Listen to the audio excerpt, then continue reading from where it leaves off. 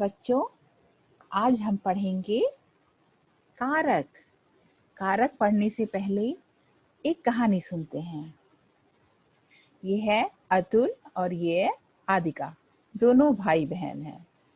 इनके बगीचे में कोई भी पेड़ नहीं था, तो आदिका और अतुल ने एक पौधा लगाया।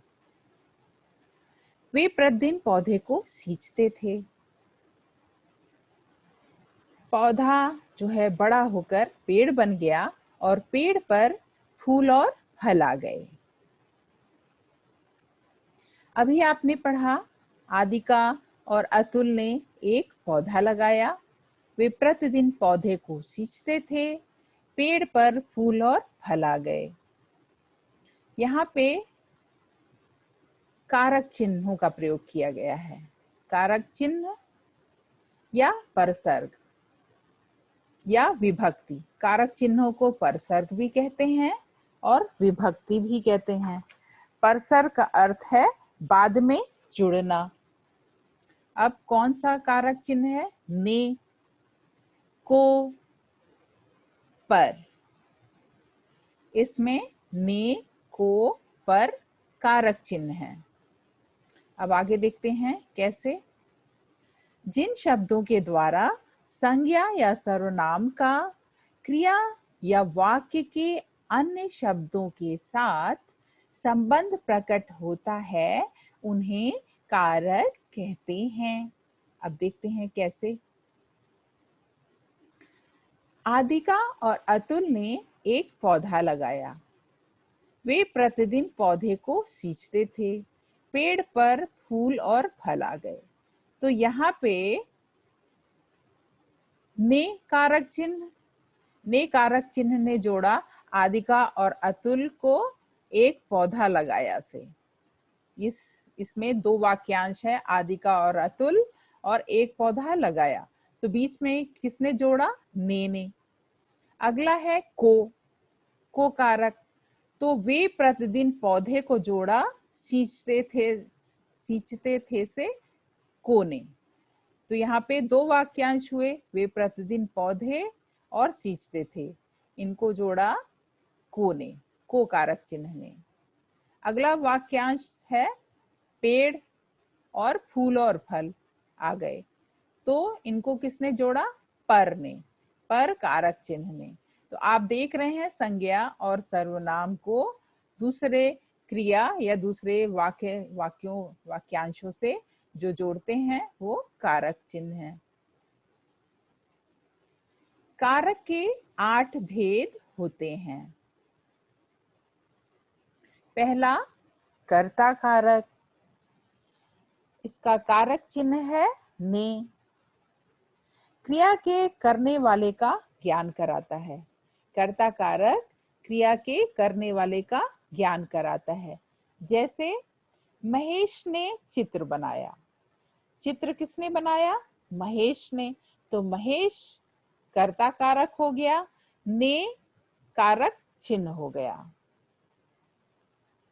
दूसरा कारक है कर्म कारक। कर्म कारक का चिन्ह है को। कर्म कारक जो है कर्ता द्वारा किए जाने वाले काम को दर्शाता है। जैसे महेश ने राकेश को फल दिया। यहाँ महेश जो है कर्ता है और कर्म है राकेश, क्योंकि फल राकेश को दिया गया। तो कर्म जो है राकेश हुआ। इसको जोड़ा किसने? को ने, को कारक चिन्ह ने। इसी तरह से तीसरा है करण कारक। करण कारक का चिन्ह है से या के द्वारा। करण कारक जिसके द्वारा क्रिया की जाती है। जैसे आदिका ने चाकू से फल काटा। तो आदिका तो हो गई कर्ता कारक, लेकिन चाकू करण कारक, क्योंकि चाकू से काटा जा रहा है, चाकू के द्वारा क्रिया हो रही है। फल के काटने की क्रिया चाकू के द्वारा हो रही है। तो चाकू से फल काटा, तो यहाँ से करण कारक है। चौथा संप्रदान कारक। इसका चिन्ह है के लिए, यानी जिसके लिए कोई कार्य किया जाता है। जैसे अतुल ने देश के लिए पेड़ लगाया। अब पेड़ किसके लिए लगाया? देश के लिए। हम सब देश में रहते हैं, हम सब के लिए पेड़ लगाया, तो देश के लिए पेड़ लगाया। तो यहाँ अतुल हो गया कर्ता और देश हो गया संप्रदान कारक, क्योंकि देश के लिए पेड़ लगाए गए। पांचवा है अपादान कारक। इसका चिन्ह है से। से जो है अलग होने के अर्थ में है। एक जगह और से था आपका पहला वाला, लेकिन उससे ये अलग है संप्रदान, ये अपादान कारक का से। वहां चाकू से फल काटा था तो वहां द्वारा के लिए था, यहाँ अलग होने के अर्थ में है से। इसको ध्यान दीजिएगा। जिससे कोई वस्तु अलग होती है वह अपादान कारक है। जैसे मानस ने पेड़ से फल तोड़े। मानस ने पेड़ से फल तोड़े, तो मानस तो हो गया कर्ता कारक क्योंकि वो काम कर रहा है। और किससे फल तोड़े गए? पेड़ से। यानी फल कहाँ से अलग हुए? पेड़ से।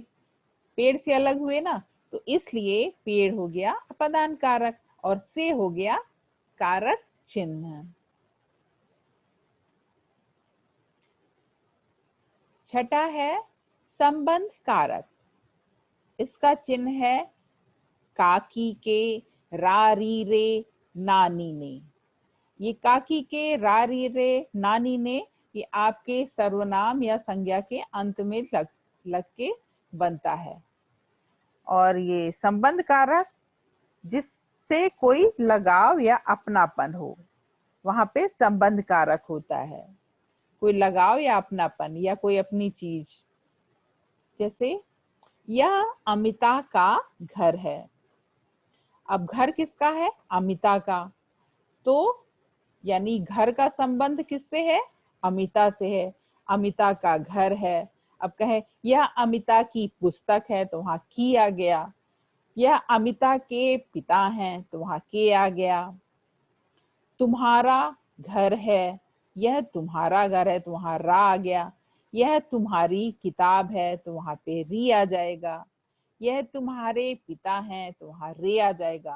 तो रा री रे काकी के, देखिए आपका संज्ञा या सर्वनाम के साथ जुड़ रहा है। इसी तरह से नानी ने, यह अपना घर है, यह अपनी पुस्तक है, यह अपने घर हैं, यह अपने पेड़ हैं।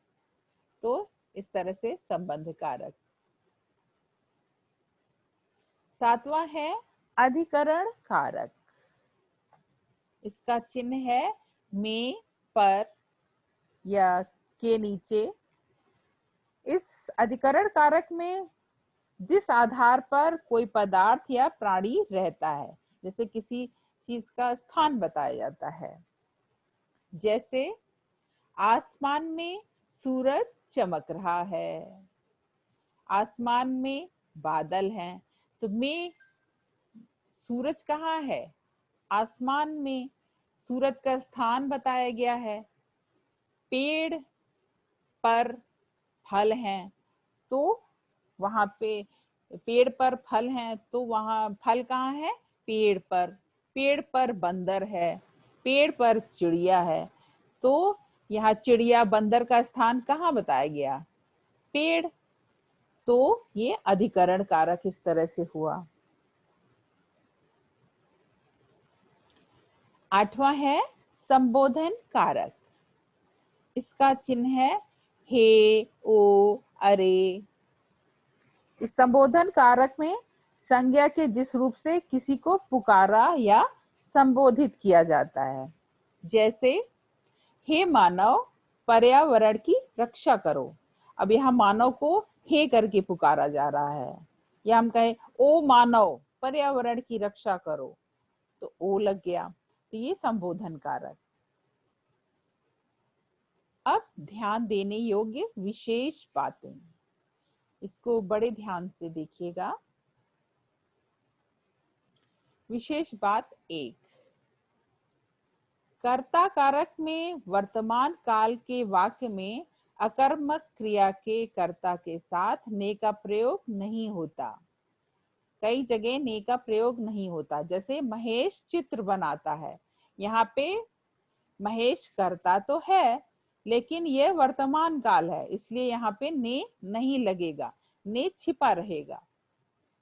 मोना पढ़ती है, यहाँ पे अकर्मक क्रिया है, यानी कर्म नहीं है, लेकिन यहाँ पे भी ने छिपा रहेगा। विशेष बात 2, कभी कभी कर्ता कारक में को विभक्ति का प्रयोग होता है। अभी कर्ता में क्या लगता है, ने, लेकिन कभी कभी को का प्रयोग होता है, तो इससे आप कंफ्यूज मत होइएगा। महेश को बाग में जाना है, अब यानी महेश ने जाना है कहेंगे तो गलत होगा, महेश को जाना है, महेश करता है, तो यहाँ पे को जो है कर्ता कारक हो गया। ऐसे वाक्य में को कर्ता कारक हो गया, इस बात को ध्यान दीजिएगा। विशेष बात 3, कभी कभी कर्म कारक में को विभक्ति का प्रयोग नहीं होता। कर्म कारक में कौन सी विभक्ति होती है, को, कर्म को। तो अब यहाँ पे देखें वाक्य में, अनिका चित्र बनाती है। अब यहाँ पे चित्र को बनाती है, अटपटा लगेगा, अनिका चित्र बनाती है, यहाँ पे को विभक्ति छिपी हुई है, लेकिन ये वाक्य जो है कर्म कारक का वाक्य है।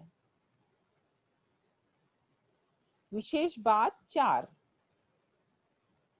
कभी कभी कर्म कारक में से विभक्ति का प्रयोग होता है। अब देखते हैं कैसे। अनिका ने मानसी से कुछ कहा, यहाँ न तो हम यहाँ के द्वारा वाला से है, न अलग होने का। मान किसी से कुछ कहने के लिए में मानसी से कुछ कहा, तो यहाँ पे कर्म कारक, यहाँ का जो ये से है ये कर्म कारक में हुआ, जबकि कर्म कारक की विभक्ति होती है, कारक चिन्ह होता है को, लेकिन यहाँ मानसी को कुछ कहा नहीं कहा जाता, वो गलत वाक्य हो जाएगा। मानसी से कुछ कहा, वास्तव में होना चाहिए को, लेकिन व्याकरण की दृष्टि से को होना चाहिए, पर वाक्य यहाँ पे गलत होगा, अशुद्ध हो जाएगा। तो मानसी, अनिका ने मानसी से कुछ कहा, तो ये वाक्य जो है कर्म कारक का है। बच्चों अब ये कारक समाप्त हो गए, आप इनको पढ़िए, इनके चिन्ह को याद कीजिए, टेबल बना के आपके पुस्तक में दी है। कर्ता ने कर्म को करण से के द्वारा संप्रदान के लिए, अपादान से संबंध का की के, नानी ने रारी रे, अधिकरण में पर, संबोधन हे हो अरे। इस तरह से आप कारक के चिन्ह याद कर लीजिए। आज का पाठ समाप्त होता है, कारक का पाठ समाप्त होता है।